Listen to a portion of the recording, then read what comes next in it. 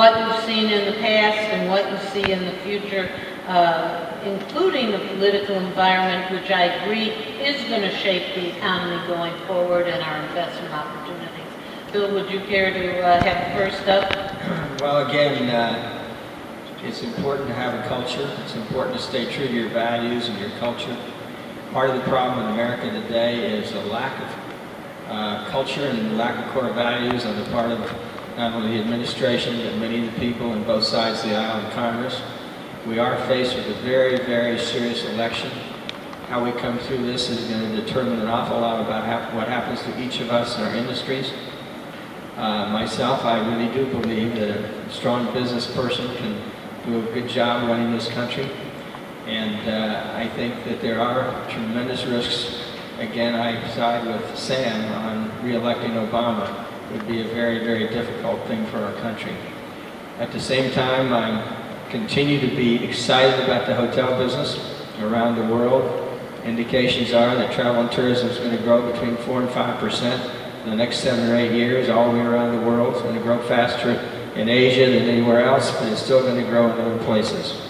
People are coming out of the middle class into the upper class in the big Asian countries of India and China. Talk about Brazil. Brazilians were the #1 visitors to New York last year, ahead of the UK and Canada.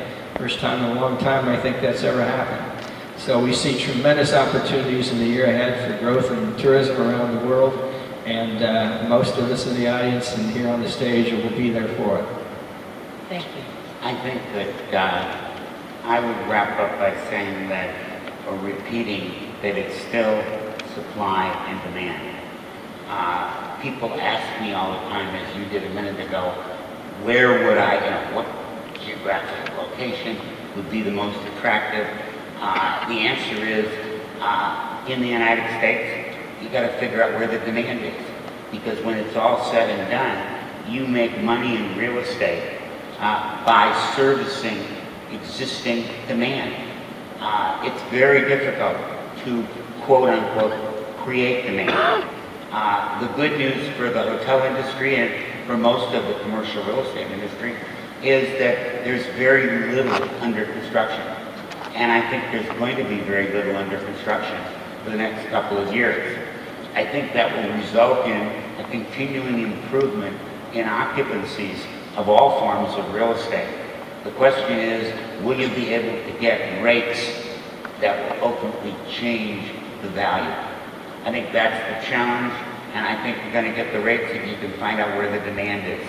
And I think identifying the demand, and for sure pent-up demand where possible, makes the most sense. So as we've gone around the world and invested in different markets, our criteria ultimately comes down to where is the demand. And if we can find places where there's not only demand, but unfulfilled demand, that's the ultimate for a provider of facilities.